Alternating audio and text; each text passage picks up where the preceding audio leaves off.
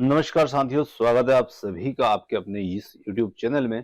और आज हम बात करने वाले हैं बीएलओ ऐप पर जो गणना प्रपत्र फॉर्म है, एसआईआर फॉर्म है, ईएफ फॉर्म है, उसकी हम ऑनलाइन एंट्री जो है वो किस प्रकार से करेंगे और क्या-क्या हमें परेशानियां वहां पर जब हम उसको एंट्री करते हैं तब वहां हमारे सामने आती है। ऐसी तकनीकी परेशानियों का हल भी इस वीडियो में हम जानने के प्रयास करेंगे। साथ ही ऐसी मतदाता जिनकी मृत्यु हो चुकी है, उनकी हम ऑनलाइन एंट्री जो है वो किस प्रकार से करेंगे, उनकी एंट्री की प्रोसेस जो होगी वो क्या रहेगी। ऐसे मतदाता जो स्थानांतरित हो चुके हैं, उनकी हम ऑनलाइन एंट्री जो है वो किस प्रकार से करेंगे।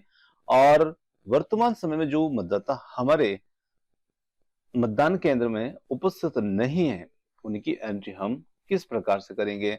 साथ ही साथ बीएलओ ऐप में जो कुछ तकनीकी हमें परेशानियां देखने को मिल रही है, उनका क्या हल है। छोटी-छोटी सी परेशानियां हमें देखने को मिलती हैं और बहुत छोटे ही तरीके से वो परेशानियां आसानी से हल भी हो जाती हैं। तो निश्चित रूप से जो भी हमारे शिक्षक साथी बीएलओ के रूप में कार्य कर रहे हैं, निश्चित रूप से वो सभी धन्यवाद के पात्र हैं, क्योंकि निश्चित रूप से बीएलओ का जो वर्तमान समय का कार्य है वो काफी मेहनत का कार्य है और उनकी टीम और उनके सहयोग से ही जो प्रोग्रेस देखने को मिल रही है, निश्चित ही वो तारीफे काबिल है। तो चलिए अब हम बढ़ते हैं हमारे ऑनलाइन फॉर्म की एंट्री की तरफ और देखते हैं कि हम ऑनलाइन फॉर्म की एंट्री जो है वो किस प्रकार से करेंगे। तो चलिए चलते हैं ऐप पर। दोस्तों, जैसे ही हम हमारा जो बीएलओ ऐप है उसको ओपन करते हैं, तो ओपन करने के साथ में हम सबसे नीचे जहां पर विशेष गहन पुनरीक्षण एसआईआर लिखा हुआ है, वजह से वहां पर हम करते हैं क्लिक और हम इसके साथ में पहुंच जाते हैं इसके अगले पेज पर।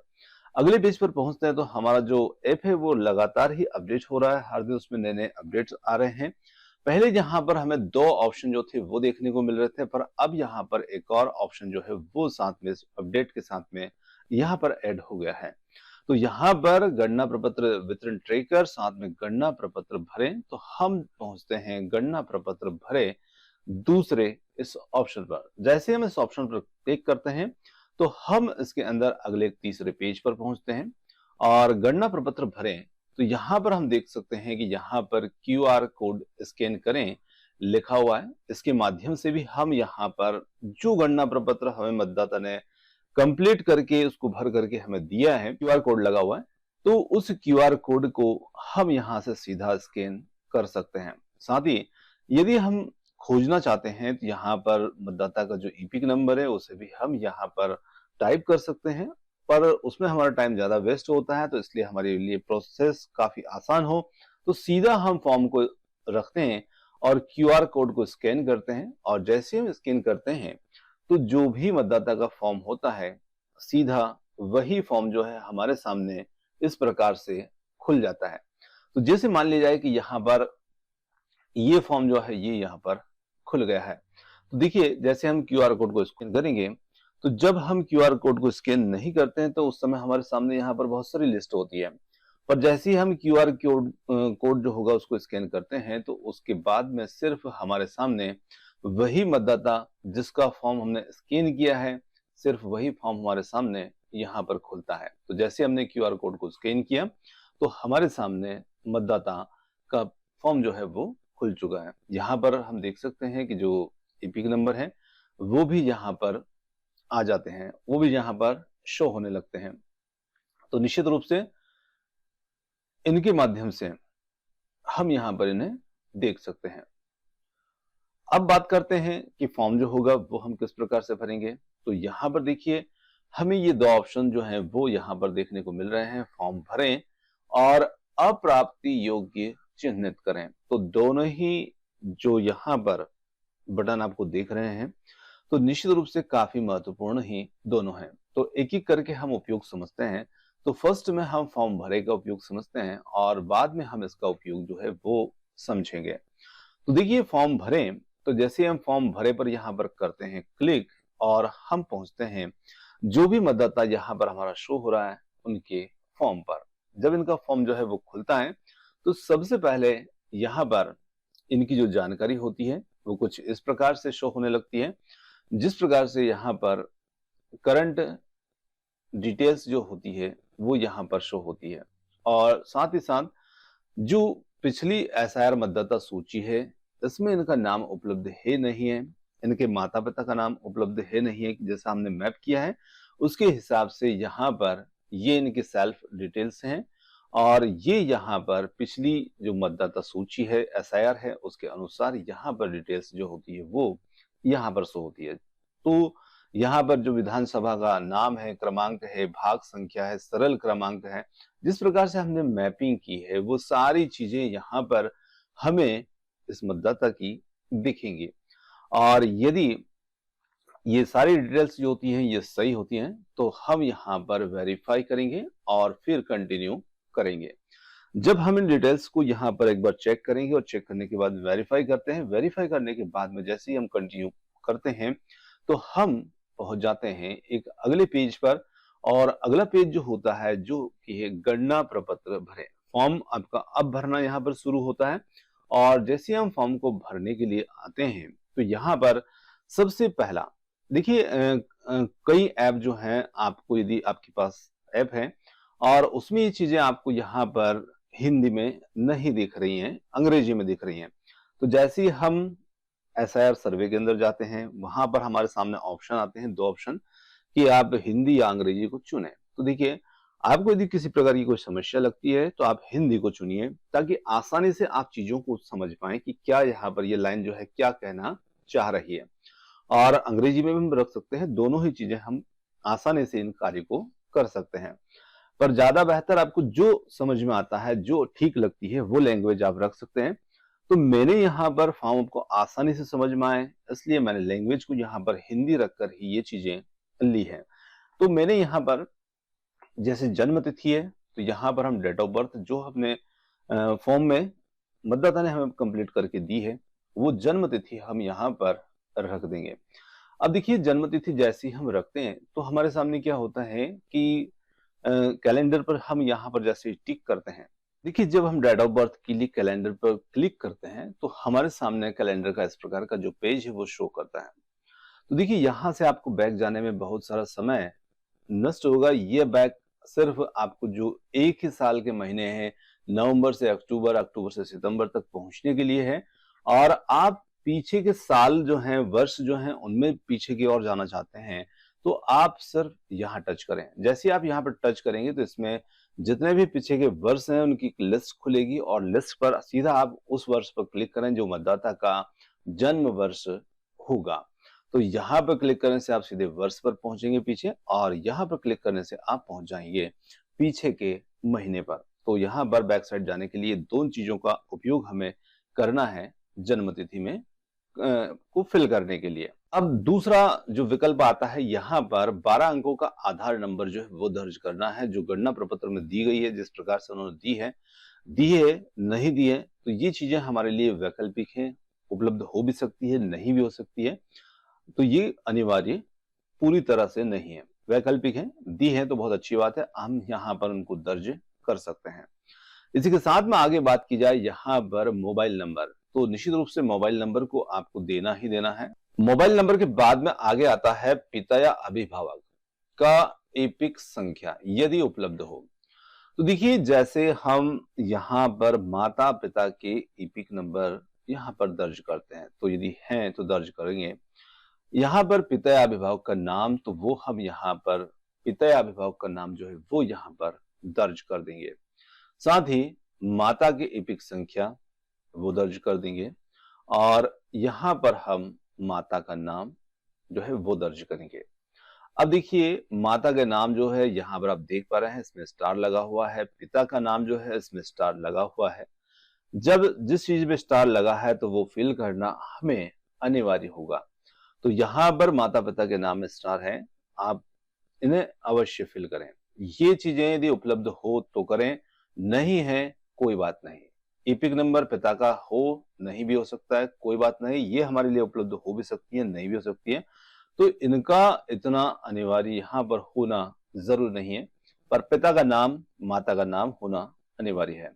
साथ में यहाँ पर पति पत्नी की जो एपिक संख्या है वो यहाँ पर लिख सकते हैं और पत्नी का यहाँ पर नाम लिख सकते हैं। अब देखिए जैसे जैसे हम फॉर्म को आगे बढ़ेंगे तो एक समस्या यहाँ पर देखने को मिलती है। मैं उस छोटी सी समस्या पर यहाँ पर बात करना चाहूंगा जो इस ऐप में हमें कार्य करने पर देखने को मिलती है। कभी कभी जब हम पूरा फॉर्म जो है उसको कंप्लीट कर देते हैं, उसको जमा करने जाते हैं, उसको सबमिट करने जाते हैं, तो उसके पश्चात हमें एक मैसेज शो होता है कि पिता का जो वैलिड ईपिक नंबर है वो दर्ज करें। ऐसी समस्या हमें देखने को मिलती है कि पिता का वैलिड ईपिक नंबर यहाँ पर आप फिल करें, जबकि हमने पहले से ही यहाँ पर उसको सही लिखा था। यदि हम उस ईपिक नंबर को यहाँ से रिमूव कर देते हैं, उसे हटा देते हैं, तो हमारा फॉर्म जो है वो आसानी से सबमिट हो जाता है। तो यदि आपके साथ भी ऐसी समस्या आ रही है कि वहां पर लिखा हुआ आ रहा है, एक मैसेज शो होता है जिसमें लिखा होता है कि please submit valid father epic number, तो उस मैसेज को आप समझ जाएं कि यहाँ पर आप जो पिता का एपिक नंबर आपने लिखा है 2025 वाली जानकारी के अंतर्गत, तो उसे आप हटा दीजिए। आपकी का फॉर्म जो है वो आसानी से सबमिट हो जाएगा। और कभी कभी क्या होता है कि हमने माता का लिखा, पिता का नहीं लिखा, माता का लिखा, तो भी इसी प्रकार का मैसेज होता है। तो यदि आपको ऐसी परेशानियां यहाँ पर देखने को मिलती है तो आप माता और पिता के जो एपिक नंबर हैं उन्हें यहाँ से हटा दीजिए, तो आपका फॉर्म जो है वो आसानी से जमा हो जाएगा। चलिए अब हम पहुंचते हैं आगे। बाकी चीजें हमने यहाँ पर जितनी जानकारी पूछी गई थी उसे कंप्लीट यहाँ पर हमने फिल कर दिया। फिल करने के बाद में हम पहुंचते हैं अंतिम एसआईआर मतदाता सूची का विवरण। यहाँ पर जो मतदाता है उनकी अंतिम एसआईआर सूची का विवरण यहाँ पर हमें देखने को मिलेगा। मतदाता का नाम, एपिक संख्या होगी तो वो, रिश्तेदार का नाम, साथ में रिश्ता और राज्य, जिला, विधानसभा आदि के नाम यहाँ पर, साथ में सरल क्रमांक जो है वो देखने को मिल जाएगा। तो जो प्रीवियस डिटेल्स होंगी मतदाता की वो यहाँ पर देखने को मिलेंगे। अब साथ में ये फॉर्म जो है उसको हमने कंप्लीट कर लिया है, इसको भर दिया है। भरने के बाद में हम आगे इसमें पहुंचते हैं। जैसे हमें यहाँ पर पृष्ठ एक अपलोड करने को कहेगा, यहाँ पर हम फाइल चुने पर टैप करेंगे, कैमरा का ऑप्शन होगा, बैक कैमरा से हम यहाँ पर फोटो जो है वो ले लेंगे। ये फ्रंट पेज जो होगा वह हमारा अपलोड हो जाएगा। यहाँ पर पृष्ठ 2 यानी कि बैक साइड का हम यहाँ पर ले सकते हैं और उसे यहाँ पर चुन करके हम अपलोड करेंगे। जब हमारे दोनों ही पेज यहाँ पर अपलोड हो जाते हैं तो यहाँ पर हमें वो शो होने लग जाएंगे। उस कंडीशन में हम समझ जाएंगे कि हमारे दोनों ही पृष्ठ यहाँ पर अपलोड किए जा चुके हैं। अब आगे नीचे एक और ऑप्शन हमें देखने को मिलता है जो कि है फोटो अपलोड करें या क्लिक करें। तो यहाँ पर फोटो अपलोड पर हम जैसे क्लिक करते हैं तो यहाँ पर एक कैमरे का ऑप्शन खुलता है जिसमें हम फोटो खींचें, फोटो जोड़ें, इस प्रकार का ऑप्शन यहाँ पर देखने को मिलता है। यहाँ पर हमें capture front camera, capture back camera, तो देखिए हम फोटो ले रहे हैं फॉर्म के ऊपर जो हमने पेस्ट की है नई फोटो उसको, तो हम यहाँ पर बैक कैमरा जो है इस पर क्लिक कर देंगे और बैक कैमरा पर क्लिक करके जैसे ही हम उसको ऑन करते हैं तो हमारे सामने इस प्रकार का एक आइकन जो है कैमरे का वो शो होता है, जहां पर उसमें इस प्रकार का फेस जो है वो हमें दिखाई देता है। तो उस फेस को हम मतदाता की जो फोटो है उसके ऊपर रखेंगे और देखिए जब आपका कैमरा जो है थोड़ा इधर उधर हिलता रहेगा तो फेस नॉट सेंटर्ड, मतलब कि आपका जो तस्वीर है, फोटो है, वो एकदम बीच में होना चाहिए। देखिए जब मतदाता का फेस होगा वो बिल्कुल सेंटर्ड हो जाएगा, आप उसको ज्यादा हिलाए डुलाएंगे नहीं तो आपको यहाँ पर नीचे कैप्चर का एक ब्लू आइकन जो होगा वो यहाँ पर शो होने लगेगा। उस पर जैसे हम क्लिक करेंगे मतदाता की जो फोटो होगी वो वहां पर सेव हो जाएगी और फॉर्म में आपको इस प्रकार से वो दिखाई देने लगेगी। तो यहाँ पर इस प्रकार से वो दिखाई देने लगेगी और सबसे लास्ट में यहाँ पर नीचे हमें ऑप्शन देखने को, वही फोटो के नीचे ऑप्शन देखने को मिलेगा जमा करें। जब हमने सारी चीजें कंप्लीट कर दी, सारी डिटेल्स कंप्लीट कर दी, पृष्ठ अपलोड कर दिए, इमेज अपलोड कर दी, उसके बाद में यहाँ पर हम जमा करें पर क्लिक करेंगे और जैसे ही हम जमा करें पर क्लिक करेंगे तो हमारी स्क्रीन पर एक मैसेज शो होगा, फॉर्म सफलतापूर्वक सबमिट हो चुका है, हो गया है। तो ठीक है पर हम क्लिक करके उससे बाहर आ जाएंगे। दोस्तों इस प्रकार से हम आसानी से फॉर्म को यहाँ पर फिल जो है वो कर पाएंगे। चलिए अब हम इसमें आगे बात करते हैं कि ऐसे मतदाता जो स्थानांतरित हो चुके हैं, कहीं चले गए हैं, पलायन कर गए हैं, वर्तमान समय में वहां नहीं रहते हैं, किसी की मृत्यु हो जाती है, तो इस कंडीशन में हम क्या करेंगे? आगे यदि हम देखें तो जो फॉर्म के अंदर हमने स्टार्टिंग में दो ऑप्शन देखे थे, जहां पर फॉर्म भरें और अप्राप्ति योग्य चिन्हित करें। तो जब हमें ऐसे मतदाता की एंट्री करना है जो कि पलायन कर चुके हैं, स्थानांतरित हैं और जो वर्तमान समय में नहीं रहते, जिनकी मृत्यु हो चुकी है, तो उस कंडीशन में हम यहाँ पर अप्राप्ति योग्य चिन्हित करें वाले ऑप्शन पर क्लिक करेंगे। मतदाता है तो हम उसका फॉर्म भरेंगे और फिर नहीं की कंडीशन में, मृत्यु होने की कंडीशन में अप्राप्ति योग्य को चिन्हित करें पर हम क्लिक करेंगे। अब जैसे ही हम इस पर क्लिक करते हैं तो यहाँ पर हमारे सामने इसमें अप्राप्ति योग्य चिन्हित करें पर जैसे हम क्लिक करेंगे तो मैंने मतदाता से 3 बार मुलाकात की और पाया कि वह पहले से नामांकित है, मृत्यु है, स्थायी रूप से स्थानांतरित है और अप्राप्ति योग्य अनुपस्थित है, कुछ भी कह सकते हैं। 4-5 ऑप्शन यहाँ पर हमें देखने को मिलते हैं। तो जिस प्रकार की मतदाता की कंडीशन है, जैसे मान लीजिए कोई किसी की मृत्यु हो जाती है, तो हम यहाँ पर क्लिक कर देंगे और कोई स्थायी रूप से यहाँ पर यदि चला गया है तो हम इस पर क्लिक कर देंगे। तो जो भी कंडीशन यहाँ पर मतदाता की बनती है उस ऑप्शन का चयन हम इसमें कर देंगे। साथ ही साथ यहाँ में हमें नोट लिखना होगा, एक कारण लिखना होगा, तो वो जानकारी यहाँ पर हमें लिखना है। तो वो हम यहाँ पर लिख सकते हैं कि मतदाता की मृत्यु हो गई है या फिर वो यहाँ से कहीं और स्थायी रूप से स्थानांतरित हो गए हैं, तो वो टिप्पणी यहाँ पर हमें इसमें लिखनी होगी।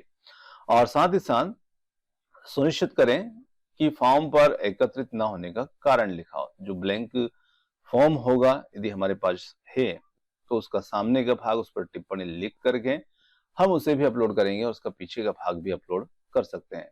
साथ ही साथ यदि कोई भी और सपोर्टिंग डॉक्यूमेंट्स होता है, जैसे कि मृत्यु की कंडीशन में जो मृत्यु प्रमाण पत्र होता है, वो हम यहाँ पर इसमें अपलोड कर सकते हैं। उसका फ्रंट और बैक साइड दोनों साइड यहाँ पर अपलोड करके जमा कर सकते हैं। तो ऐसे मतदाताओं की जो एंट्री होगी वो हम यहाँ पर इस प्रकार से कर सकते हैं।